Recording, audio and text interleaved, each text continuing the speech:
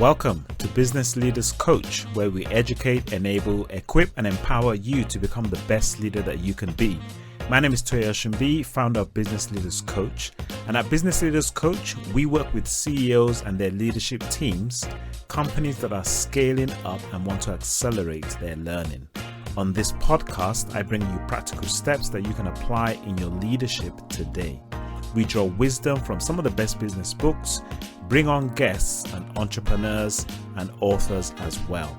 You can go to businessleaderscoach.com/podcast, subscribe so that we can send each episode and any templates or tools that come with these subsequent episodes. A slight glitch in the system for those who haven't heard from me. We are back, and today I want to talk about a very important subject, which is about strategic planning. And when it comes to winning in business, we're going to find that the organization that has the best strategy wins. But developing a strategy has become a very confusing exercise. Now, the reality is that too many people have overcomplicated this terminology. And I remember being in a large organization and everybody asking the question, what's your strategy? What's your strategic plan? And I think it makes people feel overwhelmed. And so today I want to share with you some questions that you can ask to help you develop a strategic plan for your business, your team, or even just as an individual. And now these questions are really going to help you clarify what you're trying to achieve. And this is actually a 2-part podcast episode that's going to give you some simple questions that can help you to clarify your thinking and help you develop a strategic plan for your business. And as I said, these questions are not difficult, but they might take some thinking, and you actually might want to get your team together to answer them because it will just help you all think things through a lot more clearly, and they will help you go a long way. Now, but these in today's episode, it is going to be 4 main questions that really can help you to position yourself to become the winning organization that you want to be. Now, when it comes to strategy, what is strategy? We all obviously, most of us would know that the idea of strategy and tactics actually comes from war, but obviously in business, we're not at war. And so a more business definition of strategy is about winning. And it's all about winning in the marketplace. It's about winning, about making clear choices that can help you win in the marketplace. And what is it that you want to win? Most of the times you want to win more market share, you want to win more customers, you want to add value to your customers, and that's how you can win. And so strategy is all about making the right choices that's going to help you win in the marketplace. But there are a few things, and I will call them essential ingredients, that you need to have in order to be able to execute on a strategic plan. And that's what we're going to be looking at today. So 4 questions that I am going to give you. I'll give you some examples as well. And some of these things you've heard before. Okay, so most likely it's not going to be anything new. But one of the things I will be stressing is the importance of having answers to these questions and how you can use these questions as a leader in your organization or in your team to re-emphasize the importance of what you're trying to achieve and empower your people to go out there and make it happen and win. So the first question is, why do we exist? And this question is what I call, it's the purpose question. This question is giving you the reason to exist in the marketplace. And in today's world, I am guessing that is not a new thing for a company to have a purpose statement or mission statement. And obviously, for many people that have read the book Good to Great, this is sort of where this came about where more leaders and CEOs came to an awareness due to Jim Collins' work about companies that stood the test of time had a clear purpose. But what we're seeing as we are now clearly in the 21st century is this is becoming not just a statement to have on your website. It is actually something to really think through and understand what your answer is to that question, why do we exist? In today's world, people want to join a business that is out to achieve something. And there are different ideas around hiring millennials, different opinions. I speak to many leaders who in some situations share their frustration. In some situations, we know that there are millennials that are actually the ones leading these organizations. So it is all about how you are answering this question, because having a clear purpose actually can attract the right people. A business that has a great why will definitely have a position and a place in the marketplace and would see their reason to be there because of that purpose. Now, it's not fair to say that not all businesses start with a clear why, and there might be a number of iterations along the way, but asking yourself the question is an important one to have. And so you need to have a clear answer to that question, why do we exist? Now, what I have found in many situations is I can work with an organization and they will tell me that, yeah, we've done all that.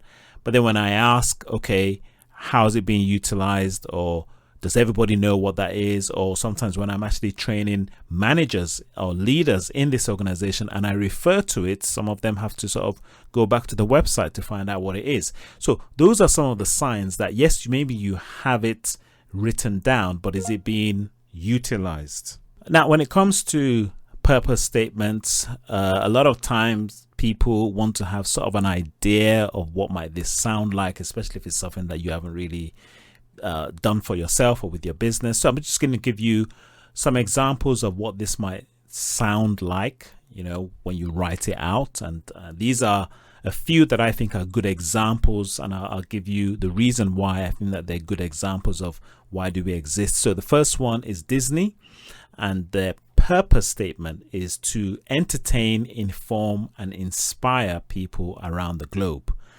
Now you can see that just by mentioning that, number one, if you know Disney, you know that they've hit the nail on the head. It's to entertain, to inform, and inspire people around the globe. And obviously the question, why do we exist? It's an important question, because when you flip it round and say, well, if we do not exist, what would the marketplace be missing? And when I read this again, you can see that Disney is playing a role in contributing something in the world to entertain, to inform, and inspire people around the globe. Another example is BBC, and their statement is to enrich people's lives with programs and services that inform, educate, and entertain. Again, for those of us in the UK, we understand that BBC play that key role to enrich people's lives with programs and services that inform, educate, and entertain. Now, it's up to you to decide if they enrich your life. That will depend on the program you watch, but they do play a role. And if people are finding that of value, then they are achieving that role. And if they did not exist, then people will miss that. A third one is Instagram. Capture and share the world's moments. That's their statement. And anybody who's on Instagram would know that they play that role, isn't it? So these are examples of purpose statements of organizations asking the question and answering the question, why do we exist? So that's the first question that's going to help you with your strategic plan. The second question is, what do we stand for? What do we stand for? And this question is asking for your core values. Core values are the behaviors that you want to demonstrate as an organization on a daily basis. So a second question that you might want to ask is, what guides our behavior and decisions on a daily basis? So this might be 3 or 4 statements or words that shapes the culture of the business. This is quite important. These are ingredients that you want anyone joining the organization to come in with. And so your interview process should integrate finding people who demonstrate these values. And it's not for me here to mention different type of values. Typical ones would be caring or compassion, or it could be diligence, or it could be integrity. These are typical ones, but you can phrase it in any way that you want so that it actually perhaps is not just a word, but it's actually maybe a short statement that people can remember. I was in the hospital a few weeks ago. My daughter had surgery. It was a small thing, but she's well. But while I was in the hospital in the NHS, I saw that they had their vision statement and they had their core values on the wall, and I took a picture of it, and there was 3 values: we are caring, we are fair, we are open. And during this time, my wife and I, we went back and forth. My daughter and I we went back and forth to the hospital, and there were frustrating moments. But I can actually say that in those situations where there was a bit of tension, they were caring. And in some of these situations, they were fair and they were open. And I experienced that from the members of staff. So it's good that they were striving to live up to these values. And that's what you want.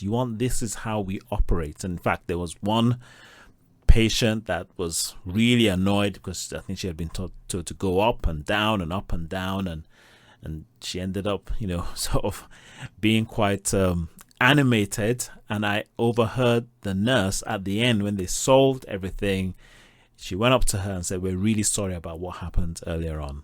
And that just demonstrated those core values. So these are behaviors that you want your people to choose to demonstrate, and this is the reason why it's important to have these things in place, because the leader's goal, any leader's goal in this 21st century, should be to help the individual that's in this organization to self-govern him or herself, to empower this person. And so having clear values that is answering the question, what do we stand for, should help your people make wise choices in your absence.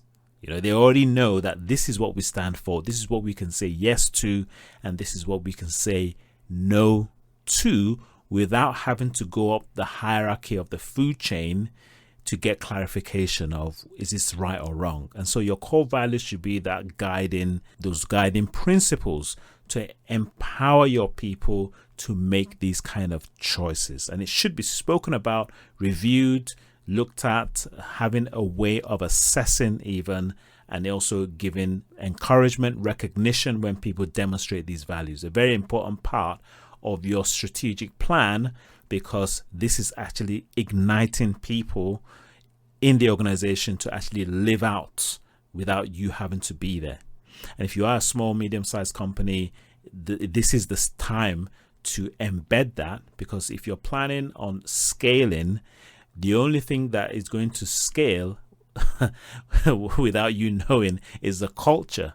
And whatever you agree on now is what's going to scale down the line. So if it's in line with where you want it to see it go, that's fine. But if it's not, you want to definitely make sure that you're dealing with that now, because the future of that business is going to be based on the future leaders that you produce in that organization. And leadership is all about modeling certain values, and so you want your leaders to model these values. That's why this is an essential part in your development and in your growth as an organization and in your execution of your strategic plan. Question number 3 is, what do we want to see?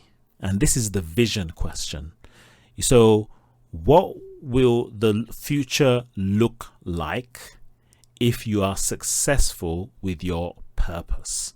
That's what you want to see. So what do you want to see? And this is the one that many organizations find this quite challenging, because what they don't realize is that it needs an aspect of our imagination. A lot of times these vision statements are written in the now rather than in the future. And so a true vision statement must be able to paint a picture of the future after you have achieved your purpose. And so if you are actually able to use the word, we imagine a world where, then you're hitting the nail on the head in terms of describing that future. And that's what the vision statement is supposed to do. It's supposed to inspire people towards something that perhaps is even impossible, but yet we're still going to try. Many people are aware about Bill Gates' vision of placing a desktop on everybody's desk, right? And to some extent, you've got to agree that they achieved that, right? I mean, not every single person, but definitely enough, right? And so that's the kind of vision that you want to create, a statement that is painting that picture. And that's what ignites people. Now, it's not necessarily the exact same about sending a man to the moon and bringing him back safely, which sometimes gets alluded to, even though we can use that analogy. But because that actually it was an event, that's the reason why we can't really categorize it as it changed the way everybody behaved. Most visions, they should change the state of our existence. They should contribute something where everybody's benefiting from it. Okay, so some examples in modern time will be IKEA, which is to create a better everyday life for the many people. To create a better everyday life for the many people. Disney, coming back to Disney, to make people happy. And Microsoft have updated their vision statement, and it's to help people throughout the world realize their full potential. While Nike is to bring inspiration and innovation to every athlete in the world. So these are statements that if you're working for these organizations, you know why you're there. You're to contribute to that.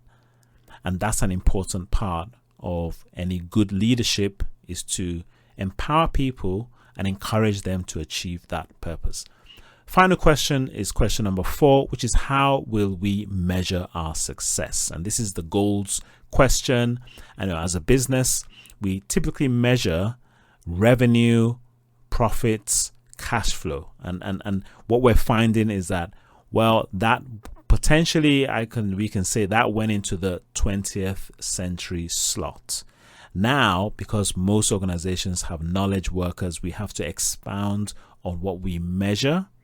And so we need to start considering that, yes, absolutely, a business needs to generate revenue, increase its profits, and have enough cash flow. So we're not downplaying that, but we need to add other ways of measuring success. So just to give you some ideas, to give you a broader perspective, something like the balanced scorecard would be a good idea to introduce, because you have to think about how are you going to measure what you've mentioned in your purpose and vision statement. Like how do you actually measure that? So a few things that you can look at. Number 1, obviously, will be finances, but you can also look at what impact would that have on the customer, and how can we measure the impact on the customer? How can we measure the impact on the employees? And also, how can we measure the impact on the capability of our employees? For instance, are people growing in their new skills? Are customers giving great feedback? Are they coming back for repeat business? Are they referring other people to our business? are our own business processes and systems getting better? So these are other ways you can measure your success. And so with those 4 questions, you're beginning to have a comprehensive strategic plan.